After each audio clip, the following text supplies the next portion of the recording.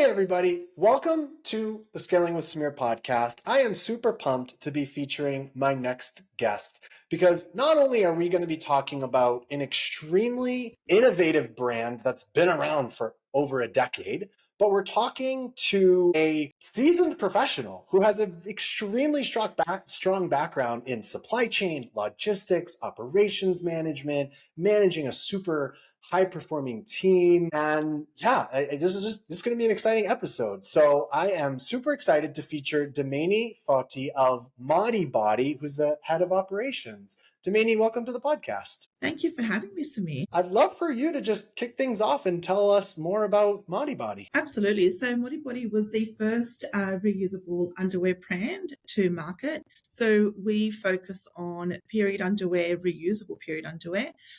We also have a range of swimwear, teen range for those first starting off on their period, as well as a men's incontinence range. And we are venturing out into more of an innovative departments of activewear and comfort wear. And so you've been there for quite some time now, almost pretty much half as long as the business has been around. And you've kind of seen it all. I feel like you've worked your way up into the business. Yeah, absolutely. Yeah, no, you're absolutely right. So I've been at Modibodi for 5 years. The brand has been around for almost 11 years. I think we've just hit our 11th birthday. So, I've seen the brand owned. So the brand was actually owned by a mother of four who found a gap in the market when she decided to start taking up running in her spare time. And she just thought that there wasn't really a solution out there for these women who, their bladders weren't as strong as some. So she started this amazing brand we call Modibodi. And 7 years later, she decided to move on and sell the brand. So we've actually been bought out by Essity, who is an amazing global brand who have over 200 smaller brands under their banner. So we're owned by Essity. And, what that's meant for us is that we've actually been able to leverage and really lean on their expertise in science and testing and laboratories. So what we've been able to do is almost fast track our innovation and send our products over to the team in Sweden, where they're able to expedite a lot of the testings that we need. Naturally, our product is a product that's worn close to women's, personal parts. And so, for us, it's super important that we get it right and that we're producing the absolute safest, but also a product that works. And that's something that we certainly pride ourselves on. I love that. You're to couple amazing things, right? Finding a need, right? A problem that you're solving is always an amazing place to come up with an innovative product. And then really keeping innovation as a part of the brand's ethos, right? Is just always improving, always making the product better and creating new product lines, everything else. But I love also what you talked about during the acquisition, right? I think that's an important aspect where we had another podcast episode with John's Crazy Socks, which is, by the way, a hilarious episode for anyone who wants to listen to it. A father-son duo, and the son has Down syndrome. He's John. And they got acquired from literally like the biggest sock manufacturer in the world.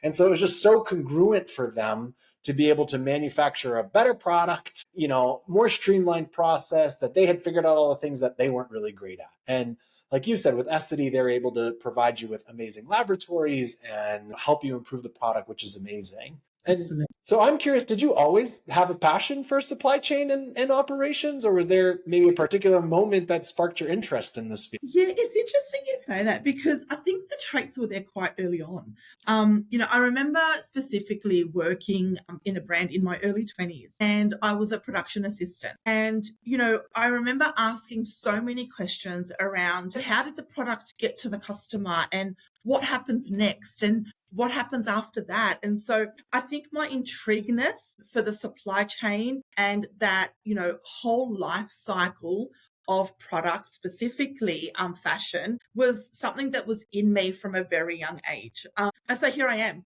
in supply chain operations, and I've been now in this industry for 17 years. I love it.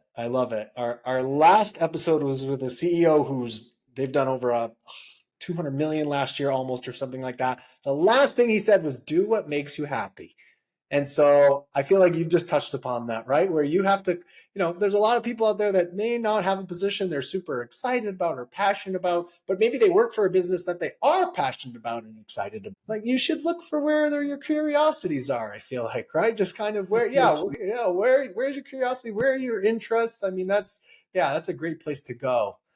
And so I'm curious, with the fashion industry, it's always facing unique supply chain challenges. And so how's Modibodi, maybe as a sustainable brand, addressed these challenges differently? Yeah, absolutely. So, I mean, look, there's no denying that the supply chain logistics, it's constantly evolving. It's probably safe to say that the pandemic has caused a lot of disruptions that most consumer good brands probably weren't anticipating or prepared for. Now in 2024, there are new supply chain and warehouse management challenges that companies face. And, I suppose we have to remain successful within this competitive market. There was obviously a spike in consumer confidence throughout COVID, which meant that materials became quite scarce to be able to get from our suppliers. And so it was quite evident very early on that our suppliers weren't able to meet our demand of orders. Modibodi, fortunately, we hold material within our suppliers. And so what that meant for us was that we're able to draw on material that's sitting across our supply chain that is sitting there waiting for these sorts of situations that we can just lean on. One of the other areas was the freight. So obviously freight price increases have been a huge challenge for brands. And so obviously the need for container shipping increased considerably throughout COVID. And there's some countries that are still facing this issue where there's a shortage of empty containers available. So naturally that led to a spike in pricing. Fortunately for us here at Modibodi, we have worked with the same freight forwarder for a number of years now. So we've built a great relationship with them. And so whilst we did see a slight increase in costs, we certainly didn't see nowhere near the reported cost. I believe there were some brands that saw an increase of up to 240%. So Modibodi was quite lucky in the relationship that we had with our freight forward. There's obviously, there's a rise in inflation, there's port congestions, there's hurricanes, and there's also a change in consumer attitude. So, a lot of time was spent fixing inefficiencies within our supply chain here at Modibodi and basically reassessing any variable costs to reduce the operational overhead costs where possible. That included negotiating with suppliers, negotiating costs with freight forwarders, locking in rates as soon as we saw them starting to spike, negotiating with our Wear 3PLs. As a sustainable brand, it was at the forefront to continue to be able to sit on a 95% sea freight of all our product. And that's something that, I'm very proud that we continue to be able to achieve throughout these challenges. Oh, yeah, that's amazing. I mean, and it's got to be tricky because I feel like, right, finding the right suppliers and warehouse, there's just so many. I mean, I've even gone to some of the events where there, some of the supply events and whatnot, material providers and everything. It's like there's just so many. I mean, it's nuts. Do you feel like there's been something that's helped you establish relationship with them in order to kind of assist in that? Look, I mean, I think it's pretty simple. Without our suppliers and partners, we don't have a brand. And so for us, and one of my mottos is to build and maintain really strong relationship with your partners. They're in there for the long haul. At Modibodi, with our overseas suppliers, we meet with them quite regularly. I go over to China quite regularly to speak with our factories. They also pay visits over here as well. Because of the brand that we are, there's a lot of certifications that come into play for our business. And, they're often both ethical and sustainable certifications. And so for us, it's working closely with all our partners, whether that be 3PLs, whether that be freight forwarders, whether that be tier 1 or tier 2 suppliers. For us, it's really, really important to continue to educate them, because if we can help them, they'll stay with us. This is not about, a division. It's about collaboration with our suppliers. Yeah, that's awesome. Yeah, that's really interesting. I mean, I think so many people think of them as outside entities. I see that too often. And so I love that what you're talking about, really thinking of them as a partner, as a part of the business, as right, educating them, as well as I'm sure that, every team member and things like that, which most people are already doing. Yeah, it makes a lot of sense. Yeah, and we hear it from every successful business that is growing and doing great things. You've got to go visit your manufacturer, your providers. Like, oh, you have to do it, right? Because too many times I hear people never do that, and then it's like, who are you getting into business with? How do you even know? Yeah, absolutely. If you don't. I mean, speaking about talent's crucial. You're managing multiple teams within the organization, some of the most important, if not the most important teams in the organization. You're the one kind of keeping all the cogs moving. I'm curious, how does Modibodi attract and nurture exciting talent in your space? Look, I mean, we have a group of the most talented individuals. And, over the years, I've learned that as long as you have the willingness to learn and grow and come with a passion for the industry, you're going to excel. Here at Modibodi, we obviously offer, a number of perks to work here, but, including the Triple M leave, and I think we were first to market with that. We offer hybrid working, and I think post-COVID, I think that's something that everyone's looking for. So, we certainly look after our staff here at Modibodi.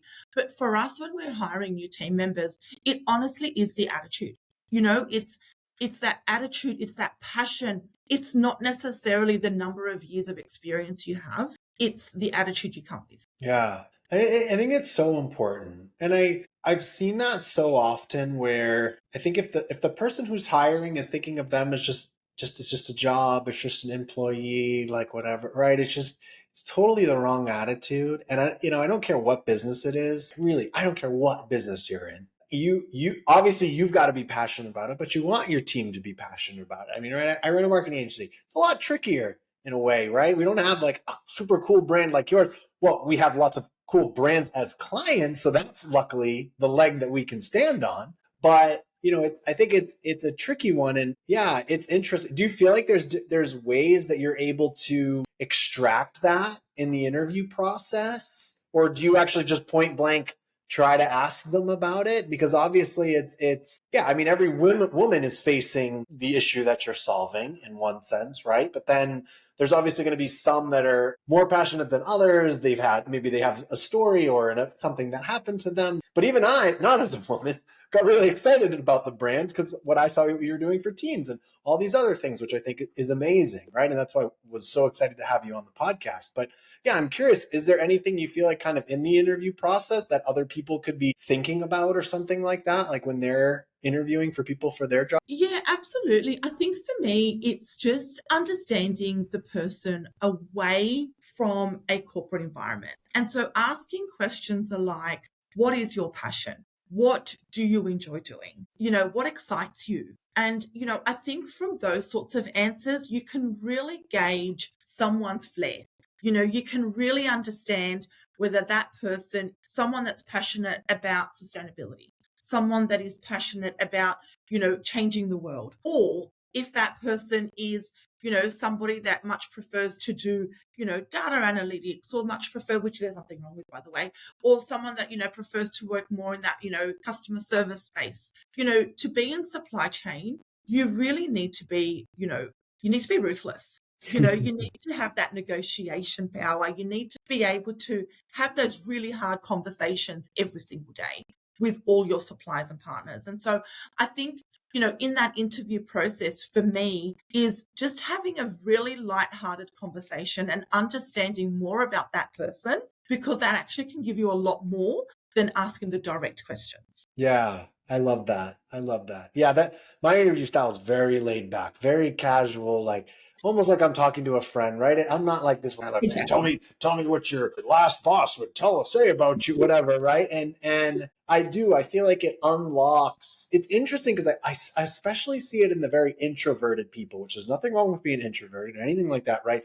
But I find that sometimes when their passion, kind of exactly what you were touching upon, they blossom in the conversation because then you see it more with them, right? We're an extremely extroverted person. Hey, they might just be excited about everything. Where, yeah, I feel like them, it unlocks a little bit of a thing, and you're like, well, that's what you're really excited about. Okay, I got it. Exactly right, Samir, you nailed it. Yeah, I love that. So you've been at the forefront of supply chain and logistics for years. So I'm curious, what's the most exciting development you've witnessed in the industry? Look, there's a lot of exciting things coming through the industry, but I think for me, most recently would be the introduction of RFID barcoding. And so, what RFID barcoding enables, it just enables more efficient and more accurate inventory management. So RFID barcoding is something that you can put on the product tag or you can put on the product packaging. So for us, we've made the decision to put on the product packaging.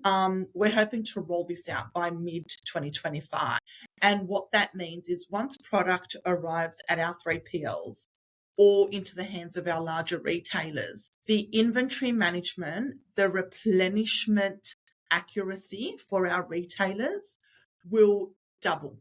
And so it means that they're placing orders with us a lot more accurately, a lot more frequently. And for our warehouses, it enables us to have better visibility and reduce the number of stock takes that we do at our warehouses. So rather than doing cycle counts that we do currently, the introduction of RFID means that there's a wand that somebody at the warehouse is able to just, walk around with this special wand, and it pretty much downloads how many units of every SKU is available in that location. So that's something that has really excited me recently, and I've really enjoyed the process of introducing it. I love that. I can't wait until that enters into supermarkets where I can just fill my cart and walk out the door, because it just scans everything in my cart and then just rips, I pay with my phone anyways as it is, just rip it out of my phone, and then stop me if it doesn't go through or something, or add a little gate or something, right? Like, I can't wait. Has that been, and I was under the assumption that it was costly, that was the reason they hadn't moved forward with something like that yet, or the industry, even though obviously Amazon's already been working on it and they have a few kind of flagship little stores that use it. Is it something now where, it sounds like even if the cost is a little bit higher, it more than pays for itself with just everything that you just mentioned? Yeah, absolutely. And I think that, we had this conversation 2 years ago on RFID. There was a very small number of suppliers that were using RFID, or at least supplying them.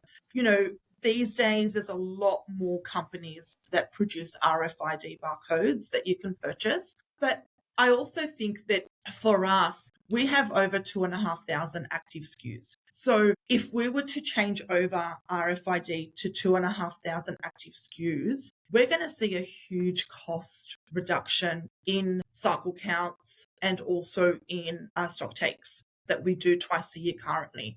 So we'll eliminate those stock takes, and, we'll just do, less cycle counts. There's better accuracy of inventory. So, in the short term, there may be a couple of cents per unit in addition to our, and, it'll have a very, very minimal impact to our margin. But I think in the longer run, we'll actually be better off. Makes sense. And it's such a small product. How easy is it to just counting a stack of 100 and it's like... Absolutely. You get to 10 and I've lost counts. I think, having this RFID implemented is just going to do great things for us. I love it.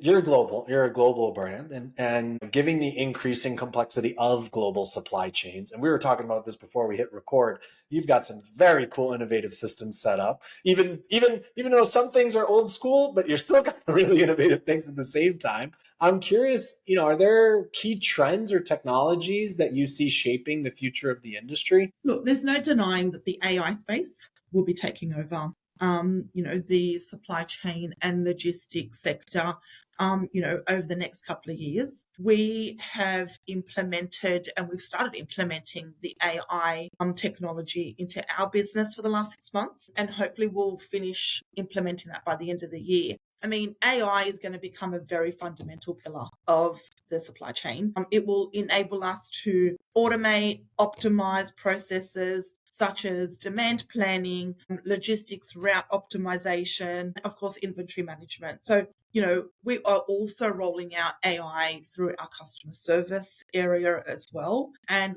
we've seen a huge improvement on customer response time by introducing the AI. So certainly AI is going to be a game changer. Yeah, I love that. Have you found that difficult to incorporate AI like into some of those systems, sort of as it's semi in its infancy in some stages? And I found personally some apps are really great and some suck.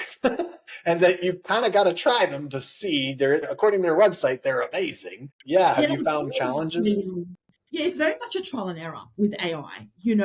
There's a lot of it built in already into our existing applications that we have across the business. But, there's additional AI key projects that are happening as well. And I think that, it is going to be a matter of trial and error for us.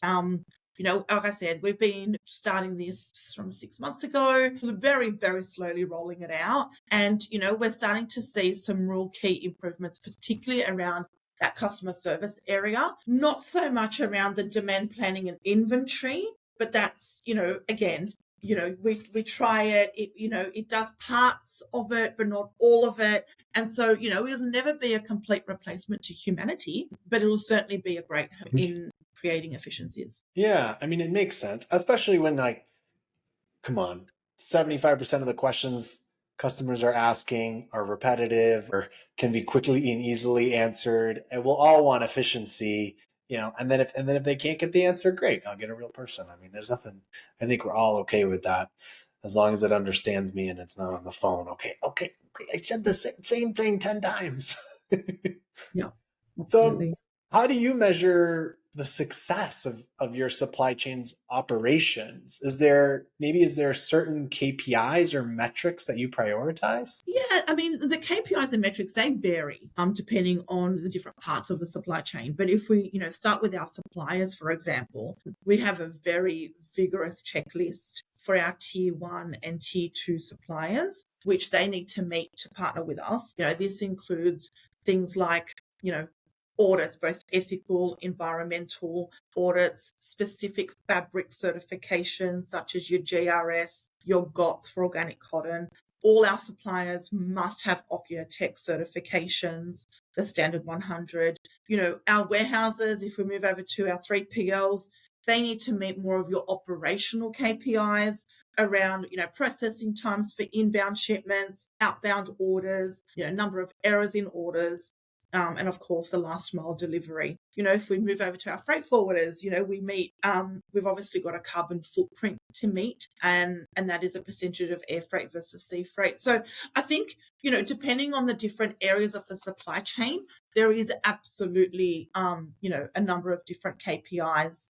I mean, these were just a couple to name a few. Yeah, no, I love it. Which is great because I think quite a few of those, I don't care what size you are, you should be thinking about, you should be looking at, right? And then of course, the bigger you get, the more important having those in place becomes. But I mean, this is where efficiency lies, right? This is where your production, your profits, right. I think a lot of us obsess over return on ad spend and what's our cost per purchase and what are our marketing campaigns doing and how could our marketing campaigns be doing better or whatever. But like, one of our bigger clients, we were sitting in meeting after meeting after meeting about all this stuff, and and they're just grilling us on the return on ad spend and all our sort of normal things, right? And numbers were doing better than they were last year. So we're like, why are you guys, what's going on here? And they're like, well, the cost of production went up. So why didn't we increase the price of the product? And they're like, well, we didn't think we could, or we didn't want to, or whatever. So we pulled the data the last 2 times that we increased the price and there was no downside. We're like, well, it's $54.99. If we change it to $59.99, it kind of feels better to me as a consumer. $54.99 feels like you're trying to squeeze another $5 out of me. $59.99, okay, I get it. Yeah. It's $60, right? And we increased the price, and then it was like another $500,000 in 2 months, right? In revenue. It had no downside to anything else, right? And so, Yeah, those are such important metrics that if you're not looking at the right ones, it helps you obviously make informed decisions. So Absolutely. yeah, it's Absolutely. so important. So then what role does data play in identifying and capitalizing maybe on supply chain opportunities for you? I mean, look, for us, it will mean a lot more accurate demand predictions. Artificial intelligence, or, otherwise called as AI, is going to help manage inventory levels dramatically. Obviously, human errors will be reduced with the introduction of this technology, and obviously the speed will be enhanced phenomenally.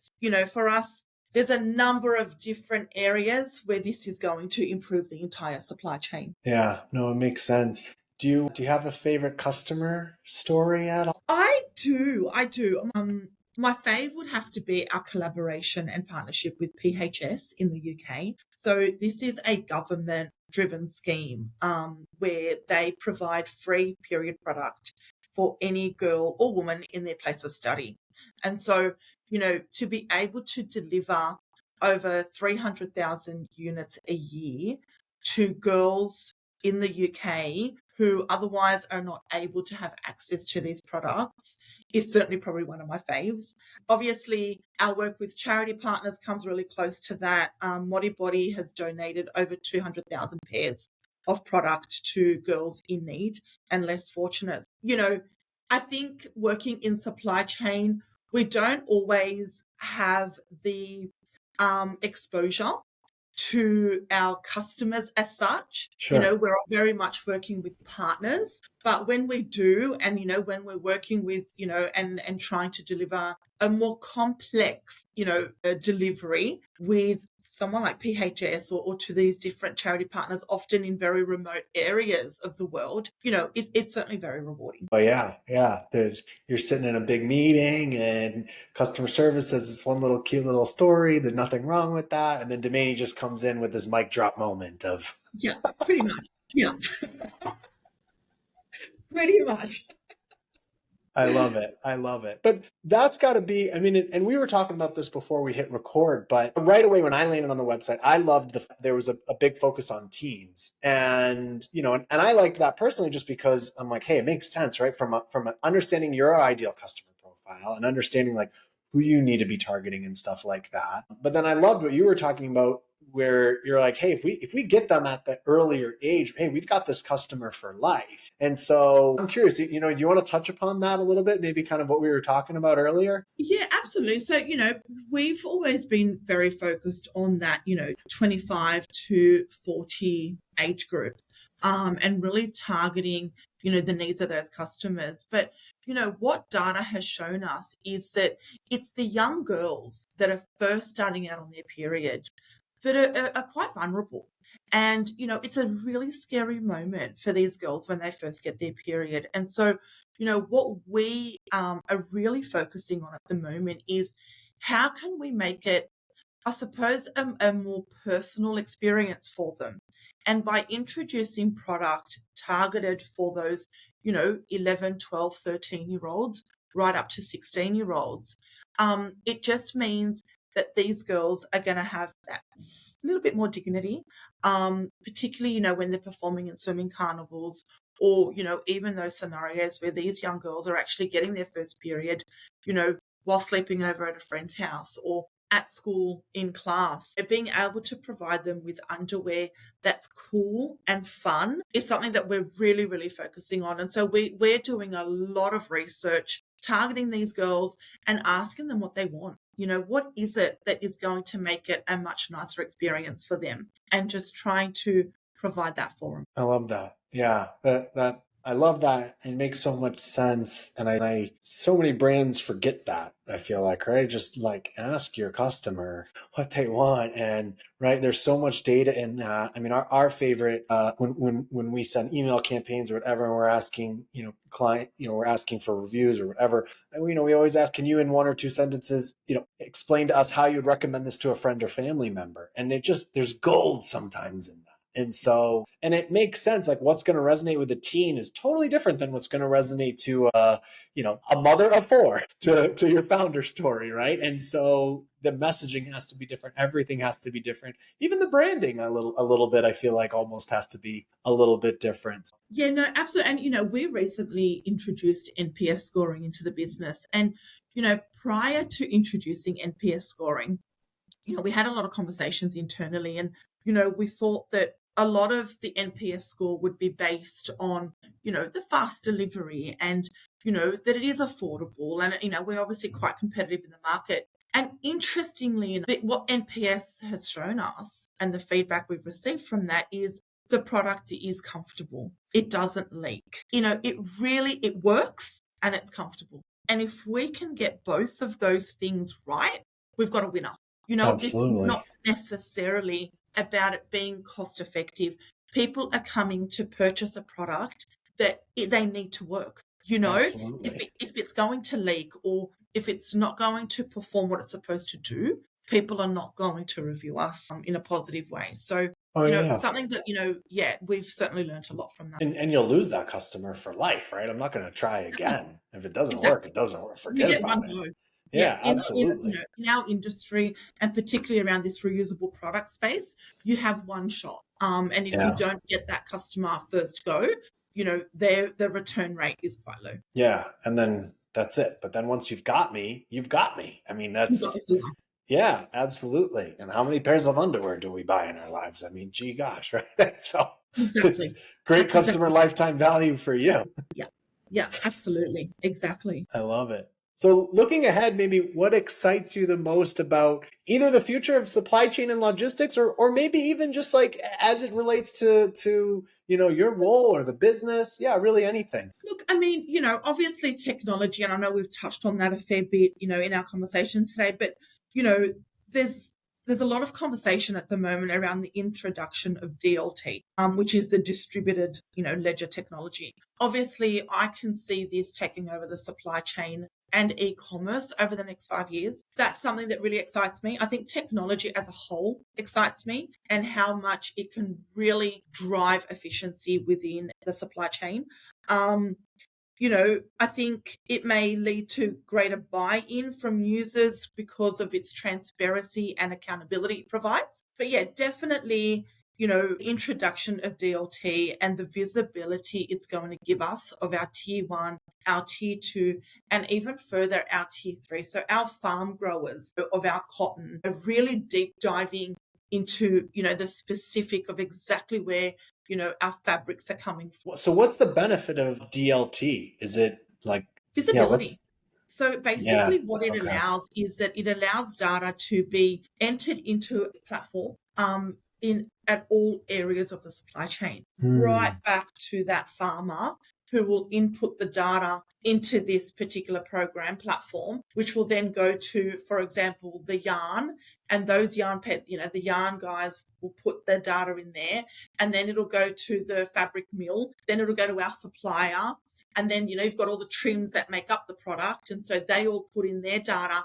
And so what that means for us is, rather than currently obtaining certifications and transaction certificates throughout the supply chain, it's a one-stop shop.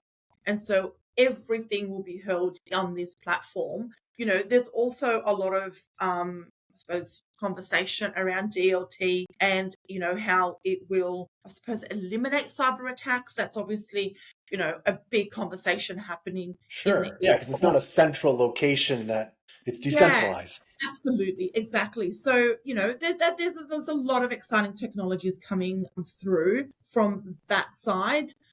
Obviously for Modibodi as a brand, we're expanding our ranges and moving more into, that comfort range, that lounge wear, the active wear, where people can continue to do what they would normally do, but on their periods. And, often it's a barrier for women that can't participate in their day-to-day activities. And so we're here to break that down and make sure that we have a product for everybody. Love it. I love it. You got me perked up because I love decentralization. I love blockchain stuff. I mean, I so clearly see it in the future, right? Where it just, but I think most people don't understand it. So, it's like they know about crypto or whatever, and then they're like, oh, it's just a fad. But they don't understand sort of the transparency, exactly like what you're pointing out, which I think is so cool, right? It's such a neat thing because then it can't be, the security stuff's awesome. There's nothing wrong with that, right? Affect the end user necessarily per se.